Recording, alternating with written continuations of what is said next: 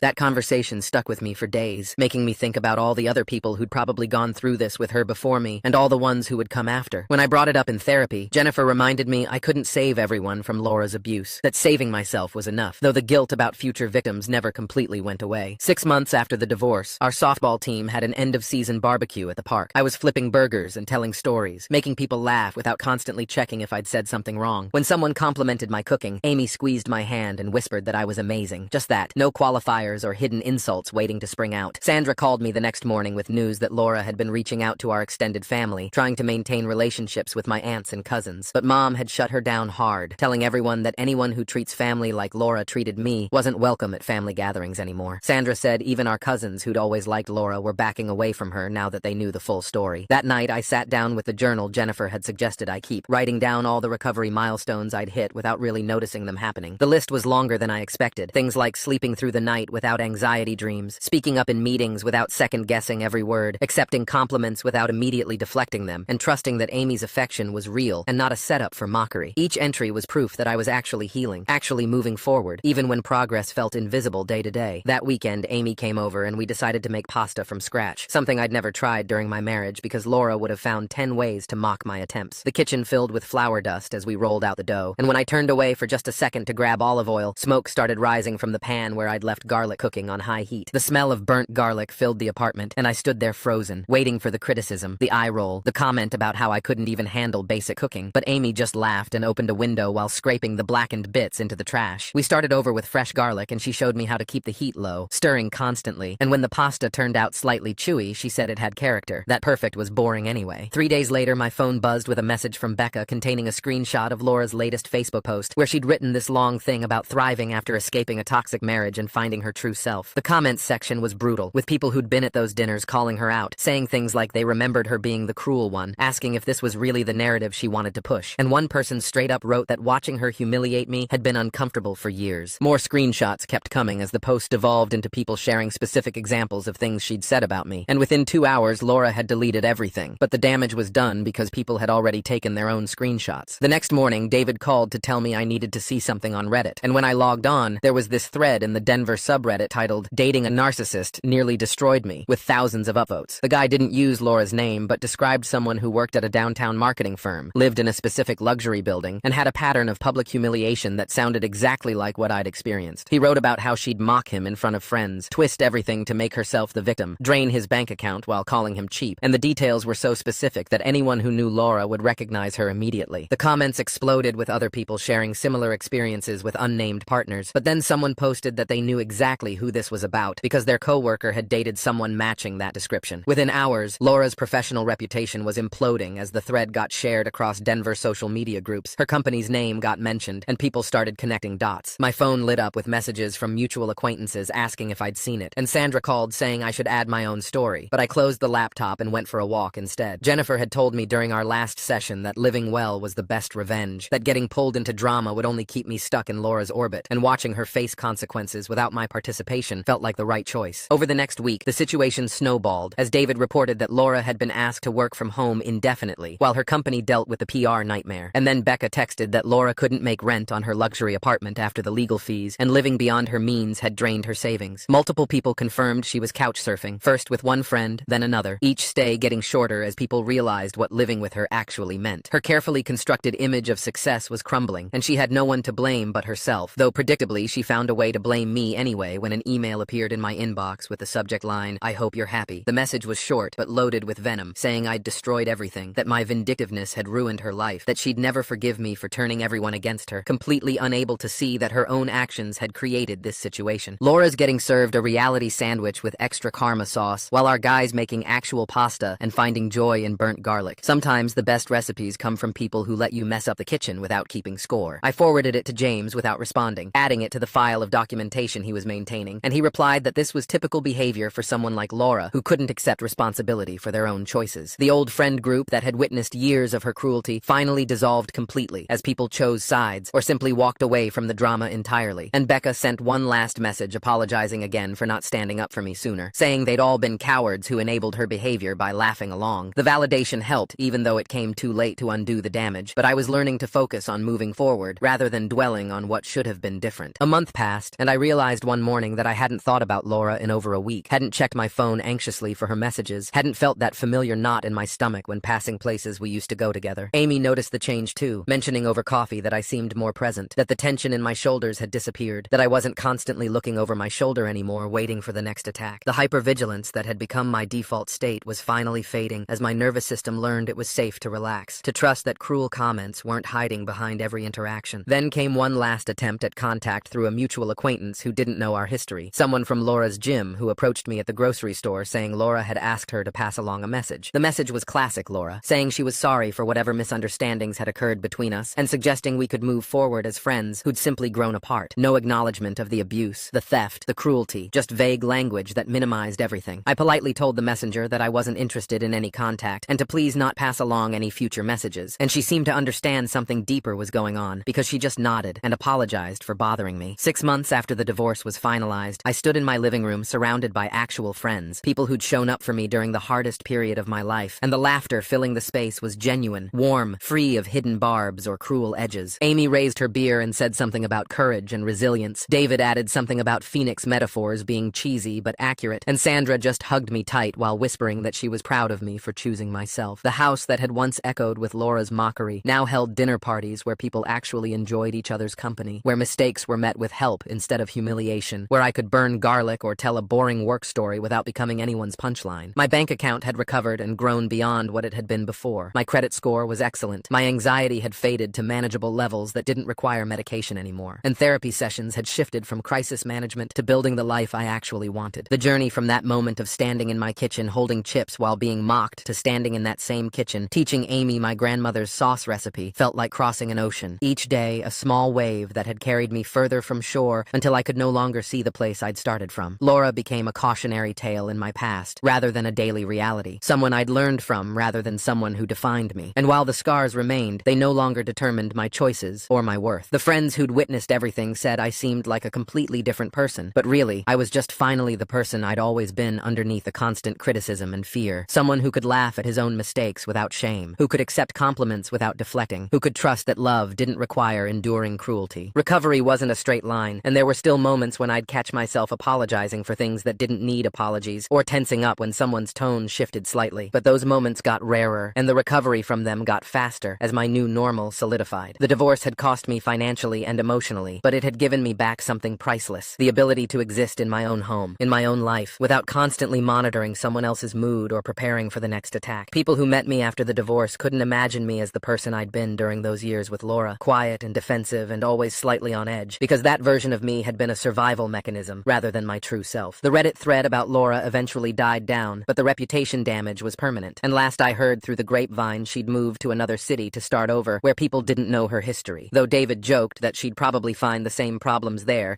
because she'd brought the common denominator with her. I didn't wish her ill anymore, didn't spend energy hating her or hoping for her downfall, because indifference was more powerful than anger, and I had better things to focus on than someone who'd already taken enough of my time and energy. The humiliation she'd tried so hard to inflict on me had ultimately become her own story, a public unraveling that happened without my participation, just the natural consequences of treating people as props in her personal comedy show. My life had become quieter but fuller, simpler but richer, and while I wouldn't thank Laura for the lessons learned through pain, I could acknowledge that surviving her had taught me to recognize and value genuine kindness. The story that started with public humiliation ended with private peace, surrounded by people who knew my worth had never been determined by someone else's cruel words, and that was the only validation that mattered. The bank finally finally sent confirmation that the settlement was done, all accounts properly split, and my credit score started climbing back up after months of damage. My savings account grew slowly but steadily, each deposit proof that I could rebuild what she'd torn down. Jennifer, my therapist, noticed the change in how I sat during sessions, no longer hunched forward like I was bracing for impact. She suggested we move to monthly meetings instead of weekly ones, since I'd stopped flinching at loud voices and could order food without second-guessing myself. I hosted a proper dinner party for the first time in years, inviting Sandra, David, and Amy, the woman I'd been seeing for 3 months. Amy made jokes that actually made people laugh instead of cringe, asked questions instead of making assumptions, and when she disagreed with something, she just said so without turning it into an attack. Watching her interact with my sister and best friend felt like watching normal people have normal conversations. No hidden barbs or cruel punchlines waiting to drop. A coworker mentioned seeing Laura at lunch downtown, working at some small marketing company near the suburbs, a huge step down from her previous fancy office. He said she looked tired, older somehow, like the constant performance of superiority had finally worn her down. I packed up the last box of her designer clothes she'd left behind, the expensive brands she used to lord over me, and dropped them at the charity shop without ceremony. Amy and I started planning a beach vacation, comparing hotels and flight times like equals, both of us contributing ideas without anyone getting mocked or dismissed. She asked what I wanted to do there and actually listened to my answer. No eye rolls or sighs about how boring my interests were. Tom sent me a text with a screenshot from some Denver dating app where multiple women had warned each other about Laura's behavior patterns. His message said my story had spread through mutual friends and saved at least 3 guys from her treatment. I drove past Laura's favorite Italian place on my way to the hardware store and felt absolutely nothing. No anger or sadness or even curiosity about whether she still went there. She'd become just another stranger whose opinions couldn't touch me anymore. A bad memory that lost its power to hurt. Spring came around again, and I decided to plant that vegetable garden Laura had always called a waste of time and money. I bought tomato plants, basil, peppers, and even some flowers just because I liked how they looked. Each plant went into the ground like a small act of defiance against years of being told my interests were stupid. Amy came over to help me stake the tomatoes when they got tall, both of us getting dirt under our nails and not caring. We watered them together through the summer heat, watching green tomatoes slowly turn red. No criticism about wasting water or time. When the first ones ripened, we picked them straight off the vine and ate them warm from the sun, juice running down our chins and onto our shirts. Amy laughed at the mess we'd made, a real laugh without any meanness behind it, and said I'd done something amazing. She meant more than just the garden, and we both knew it. Standing there surrounded by plants Laura would have mocked, in a house that finally felt like home again. My voice filled the space without apology, making plans and sharing stories and even singing badly to the radio without waiting for someone to tear me down. Laura existed now only in old bank statements and divorce papers filed away in a drawer I rarely opened. The person who'd made me small had become small herself, a footnote in a story about learning to take up space again. I'd survived her, rebuilt everything she'd broken, and learned to recognize real love in the gentle way Amy disagreed with me, the way Sandra checked in without judgment, the way David never made cruel jokes at my expense. Something feels off about Laura working at that small marketing company now. Makes me wonder if she's actually struggling, or if this is just what people want to believe happened to her. The tomatoes kept producing all summer, more than we could eat, so we gave bags of them to neighbors who said they were the best they'd tasted. Each one felt like proof that the things Laura called worthless had value, that my choices mattered, that I could trust my own judgment about what would grow. The garden thrived without her shadow blocking the sun, just like I had, finally free to be exactly who I was, without fear of mockery or punishment. This wasn't just surviving anymore. It was living, fully and loudly and without apology, surrounded by people who knew my worth, had never depended on someone else's approval. The story that started with public humiliation ended with private joy, genuine laughter replacing cruel jokes, real support replacing constant criticism. Laura became what she'd always been underneath the performance, just another person who confused cruelty with cleverness, while I became myself again, whole and happy and finally completely free. All right, time to wrap this one up. Appreciate you letting me tag along with my 2 cents and questionable puns. Subscribe for more content like this.